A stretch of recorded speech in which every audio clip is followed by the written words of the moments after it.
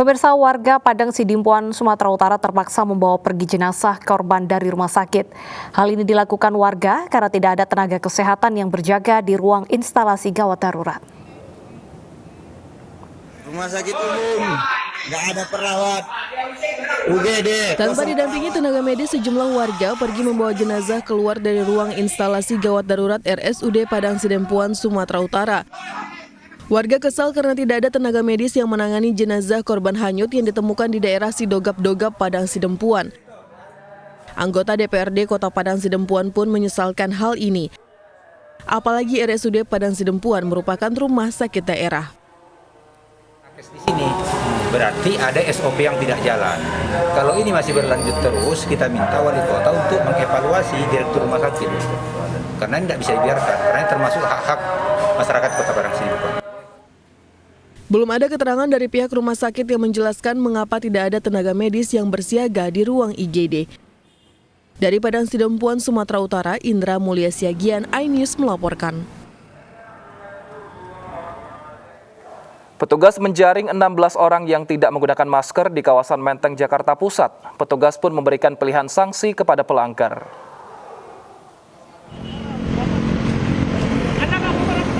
12 pelanggar yang tidak menggunakan masker memilih sanksi sosial, yaitu membersihkan fasilitas umum di kawasan Tugu Proklamasi. Sementara itu, 4 pelanggar lainnya memilih membayar denda sebesar Rp250.000. Warga yang tidak menggunakan masker kebanyakan pengguna sepeda motor dan mobil. Selain menjaring warga yang melanggar, petugas juga melakukan sosialisasi tentang adanya denda progresif bagi para pelanggar yang pernah melanggar sebelumnya. Aturan ini sesuai dengan pergub baru yang dikeluarkan oleh Pemprov DKI Jakarta untuk memberikan efek jera bagi masyarakat melihat makin tingginya penyebaran virus corona di ibu kota.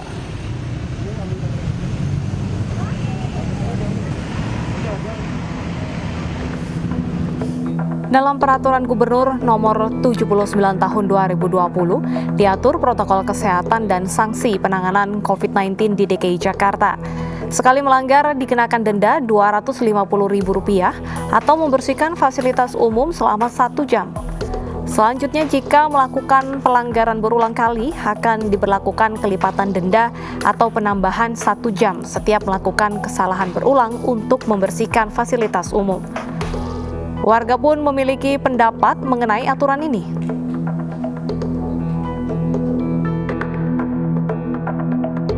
Menurut aku sih ya ada bagusnya juga sih, cuman harus dipikirin untuk yang menengah ke bawah deh kayaknya. Efektif untuk orang yang kerja ya kayak karyawan gitu. Kalau kayak pedagang gitu-gitu kan mereka yang belum tahu ilmunya pasti kurang efektif juga sih kayak gitu. Kalau menurut saya sih kurang setuju ya, karena harus diimbangi juga dengan sosialisasi dari pemerintah juga. Seperti di tempat-tempat umum ini nggak ada lagi sosialisasi seperti awal-awal COVID ya. Di sini juga kurang petugas, menurut saya minim petugas untuk sosialisasi tentang masker. Jadi kalau cuma dikasih denda tanpa ada sosialisasi, menurut saya itu kurang efektif sih. Ya, menggunakan masker ini sangat penting, Wilson. Selain melindungi diri kita dari penyebaran virus, kita juga melindungi orang lain. Dan kita tanyakan langsung saja ke Nadia Raisa terkait dengan razia masker, apakah masih banyak masyarakat yang melanggar aturan ini? Nadia, berapa banyak masyarakat yang melanggar razia masker hari ini? Ya, Deta dan juga Wilson, hingga saat ini di kawasan Menteng tempat saya melaporkan, masih ditemukan adanya warga yang melanggar protokol kesehatan dengan tidak menggunakan masker, yaitu dari pagi hingga siang ini sudah ada 16 orang.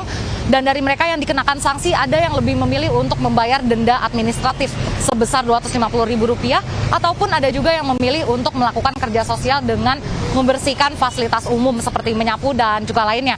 Untuk lebih lengkapnya lagi, saya akan bertanya-tanya dengan salah seorang petugas yang masih berjaga di sini, yaitu Pak Gunadi, Satpol PP Kecamatan Menteng. Ya Pak, hingga saat ini masih ditemukan adanya pelanggaran nih Pak. Lalu mereka bagaimana nih Pak responnya ketika ditegur? Kadang mereka ada yang galakan mereka malah.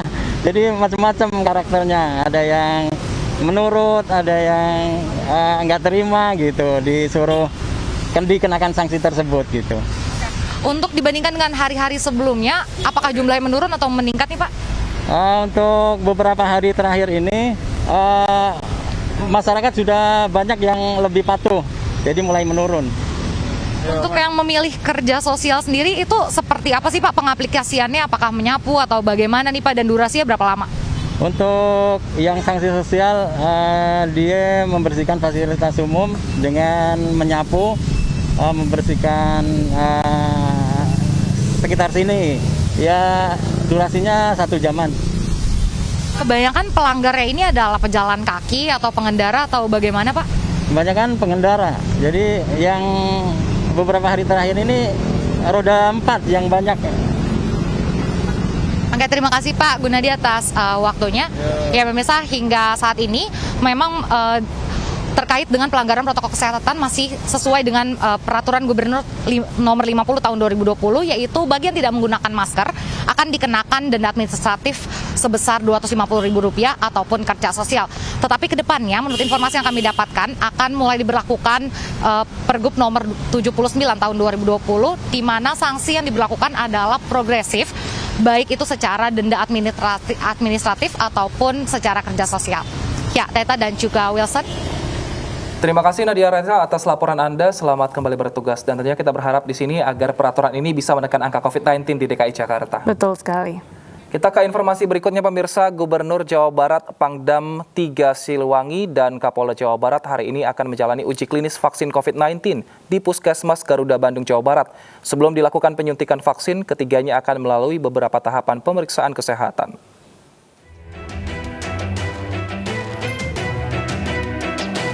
Gubernur Jawa Barat Ridwan Kamil dan Kapolda Jawa Barat Rudi Sufahriyadi serta Pangdam 3 Siliwangi Nugroho Budi Wiryanto hari ini akan menjalani uji klinis vaksin COVID-19 di Puskesmas Garuda Bandung.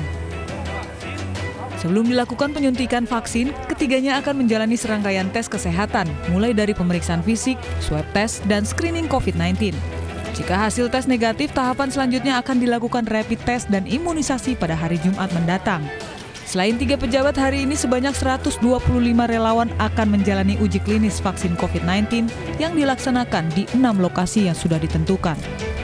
Sekitar 25 subjek, jadi sekitar 150 lah diperkirakan untuk dilakukan screening dulu. Kalau memang lolos dalam screeningnya, maka hari Jumatnya akan dilakukan imunisasi. Ya, jadi pemeriksaan screening diambil itu pemeriksaan itunya, swabnya ya PCR.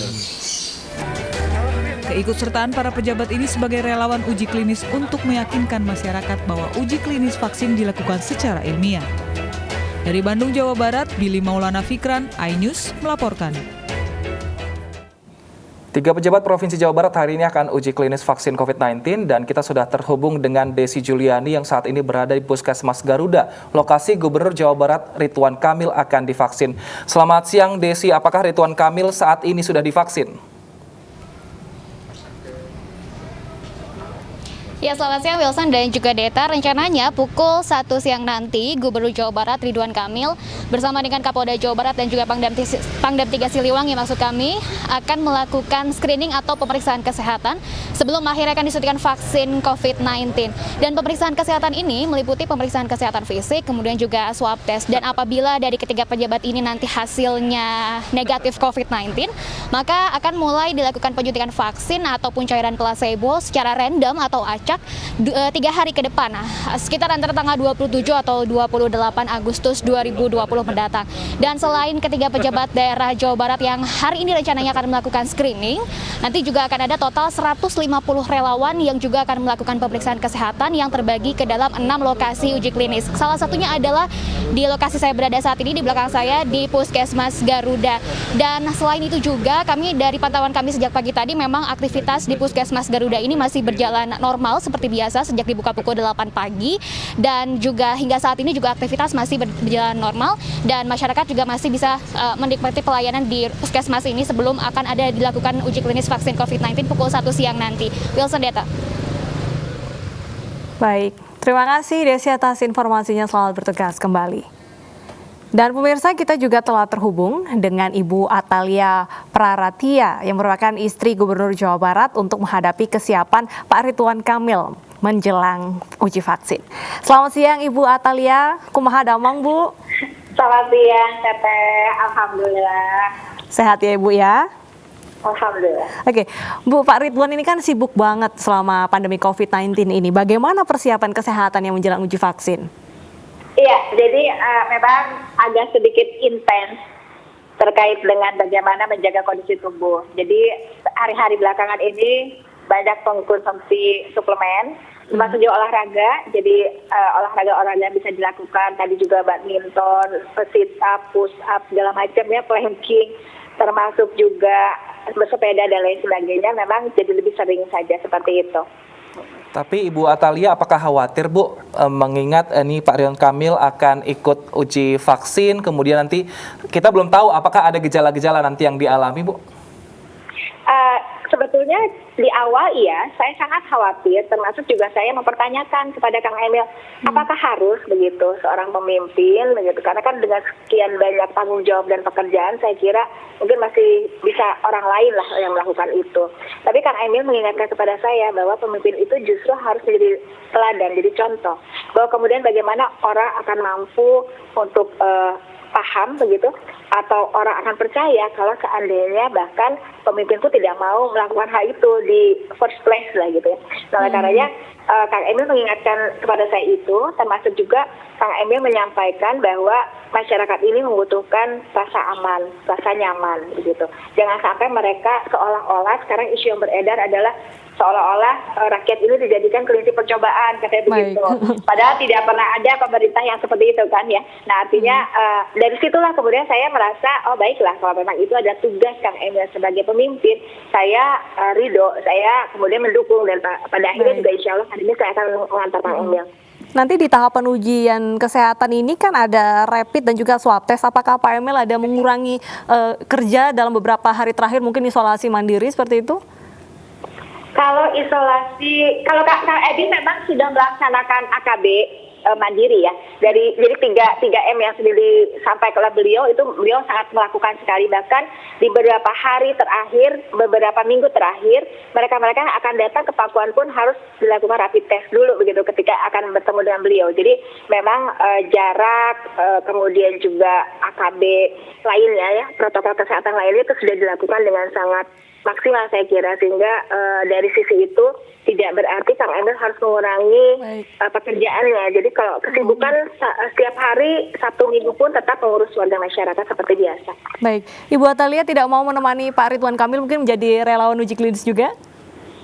Saat ini saya mendampingi saja dulu. Baik. Nah, Ibu ini kan nanti ketika Kang Emil ini disuntik vaksin, adakah hambatan-hambatan dalam pekerjaan karena mungkin kan harus isolasi mandiri? Bagaimana Kang Emil nanti menjalankan tugasnya sebagai Gubernur Jawa Barat? Ya, jadi sesungguhnya ini sudah pernah kami lakukan di awal-awal pandemi ini menjangkiti Indonesia ya, maksudnya di Jawa Barat. Jadi pada kasus di awal, itu ketika kita semua harus work from home, itu sudah dilakukan oleh Kang Emil. Banyak sekali kegiatannya dialihkan kepada koordinasi dengan virtual meeting dan lain sebagainya seperti itu. Jadi saya kira tidak ada masalah dengan itu, dan saya juga sudah mempersiapkan kalau memang diharuskan bahwa Kang Emil itu betul-betul terjaga dari tamu-tamu misalnya begitu, atau di anggota keluarga sekalipun, kami sudah persiapan itu. Jadi artinya bahwa tidak perlu ya ada hal-hal yang dikhawatirkan secara khusus lah gitu ya, karena sesungguhnya kami juga yakin dan ini adalah salah satu langkah bagaimana untuk menyelamatkan bangsa Indonesia, termasuk juga warga Jawa Barat, itu memang harus ada yang melakukan hal seperti ini. Baik, Ibu, saat ini masyarakat banyak sekali yang belum patuh banget ini dalam mengenakan masker, tidak hanya di Jawa Barat, mungkin hampir seluruh wilayah Indonesia. Ada imbauan untuk masyarakat, Bu? Iya, jadi sebetulnya menggunakan masker itu tidak saja untuk diri sendiri, tapi juga untuk orang lain. Sehingga memang penting kita bergerak bersama-sama, saling mengingatkan. Saya juga agak khawatir ketika saya masuk ke wilayah-wilayah yang pada penduduknya justru di wilayah-wilayah seperti ganggang atau di pedesaan dan lainnya, mereka nampaknya belum terbiasa. Oleh karenanya saya kira penting bagi kita semua untuk saling mengingatkan. Kami di PKK juga punya program, ini adalah gebrak masker, ini arahan dari Kemendagri dan juga Ketua Pusat kami, bagaimana kemudian PKK dengan jejaringnya khususnya di Jawa Barat 800 ribuan kader ini sekarang sedang bergerak untuk memberikan sosialisasi terkait dengan penggunaan masker. Baik, terima kasih banyak Ibu Atalia Ridwan Kamil telah bergabung bersama kami di iNews Siang. Sehat selalu Ibu. Sehat selalu Ibu.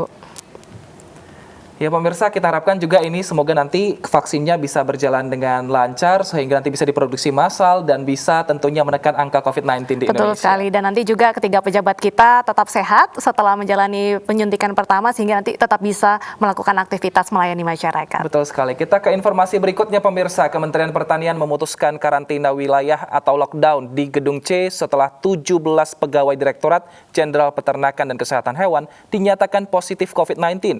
Padahal sebelumnya di kementerian ini mengenalkan kalung antivirus corona. Gedung C Ditjen Peternakan dan Kesehatan Hewan sementara waktu di lockdown. Keputusan karantina wilayah untuk mencegah penyebaran virus corona setelah 17 pegawainya dinyatakan positif COVID-19. Temuan itu setelah Kementerian Pertanian melaksanakan PCR dan swab test kepada seluruh pegawai. 17 pegawai yang positif COVID-19 saat ini menjalani isolasi mandiri hingga 14 hari ke depan sebelum pemeriksaan lanjutan. Lockdown hanya berlaku di Gedung C, sementara aktivitas di Komplek Pertanian masih tetap berjalan normal. Semua tempat tentu saja tidak aman banget dengan COVID-19 ya. Tidak hanya di Kementan, tidak hanya di tempat lain. Dan saya punya pegawai di sini kan puluhan ribu nih.